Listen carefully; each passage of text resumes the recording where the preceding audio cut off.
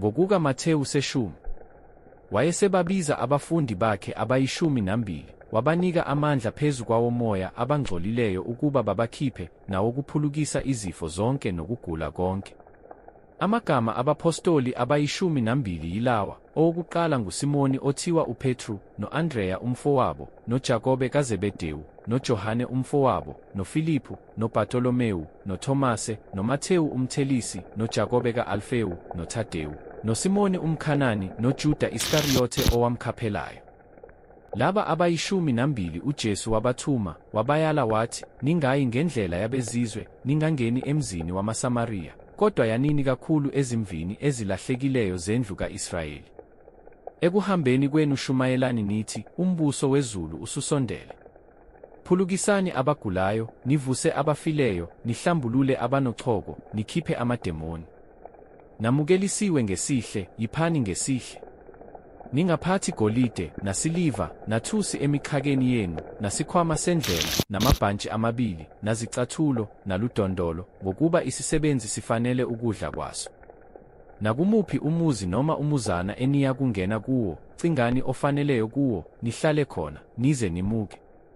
Ekungeneni kwenu endlini niyibingelele. Uma indlu ifanele, ukuthula kwenu makuze phezu kwayo, kodwa uma ingafanele, ukuthula kwenu makubuyele kini. Yilowo nalowo ongayikunamukela engawezwa amazwi enu, anothi niphuma kuleyo ndlu noma kulowo muzi, nivuthulule uthuli ezinyaweni zenu. Ngiqinisile ngithi kini, kuyakuba ngcono ezweni laseSodoma nakwelaseGomora ngosuku lokwahlulelwa kunakulowo muzi. Bekani, ngiyanithuma ninjengezimvu phakathi kwezimpisi, ngakho-ke hlakaniphani njengezinyoka, nibe mnene njengamajuba. Kepha xwayani abantu, ngokuba bayakunikhaphela emiphakathini, banishaye emasinagogeni abo. Niyakuyiswa nangaphambi kwababusi namakhosi ngenxa yami, kube ngubufakazi kubo nakwabezizwe. Kepha kuyakuthi, nxa benikhaphela, ningakhathazeki ngokuthi niyakukhuluma kanjani nokuthi niyakuthini, ngokuba niyakuphiwa ngaso leso sikhathi eniyakukhuluma. Ngokuba akuyinina enikhulumayo kodwa uMoya kaYihlo okhuluma kini. Kepha umuntu uyakukhaphela umfowabo ekufeni, noyise umntanakhe, abantwana bayakuvukela abazali babo, bababulale. Niyakuzondwa ngabantu bonke ngenxa yegama lami, kodwa okhuthazelayo kuze kube sekupheleni lowo uyakusindiswa. Nxa benizingela komunye umuzi, anobalekela komunye, ngokuba ngiqinisile ngithi kini, aniyikuqeda imizi yakwa-Israyeli ingakafiki indodana yomuntu. Umfundi kaphezu komfundisi, nenceku kayiphezu kwenkosi yayo. Kumanele umfundi abe njengomfundisi wakhe, nenceku ibe njengenkosi yayo. Uma bebizile umninindlu ngokuthi uBelzebule, kakhulu abendlu yakhe. Ngakho-ke ningabesabi, ngokuba akukho okusitshekelweyo okungayikwambulwa nokufihliweyo okungayikwaziwa. Lokhu enginitshela khona ebumnyameni, kukhulumeni ekukhanyeni, nalokhu enikuzwayo endlebeni, kushumayeleni phezu kwezindlu. Ningabesabi ababulala umzimba bengenamandla okubulala umphefumulo, kepha kakhulu mesabeni onamandla okubhubhisa nomphefumulo nomzimba esihogweni.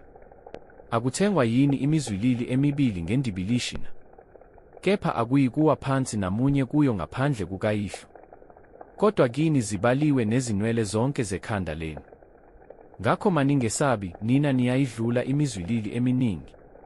Ngalokho-ke yilowo nalowo oyakungivuma phambi kwabantu, nami ngiyakumvuma phambi kukaBaba osezulwini, kepha lowo oyakungiphika phambi kwabantu, nami ngiyakumphika phambi kukaBaba osezulwini.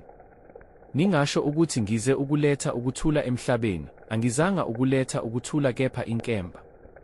Yebo, ngize ukuphambanisa umuntu noyise, nendodakazi nonina, nomalokazana noninazala. Nezitha zomuntu kuyakuba ngabendlu yakhe. Othanda uyise nonina kunami kangifanele, nothanda indodana noma indodakazi kunami kangifanele, nongathabathi isiphambano sakhe, angilandele, kangifanele. Ofumana ukuphila kwakhe uyakulahlekelwa yikho, olahlekelwa ngokuphila kwakhe ngenxa yami uyakukufumana. Onamukela nina uyangamukela mina, ongamukela mina uyamamukela ongithumileyo. Owamukela umprofethi ngegama lomprofethi uyakuzuza umvuzo womprofethi, nowamukela olungileyo ngegama lolungileyo uyakuzuza umvuzo wolungileyo.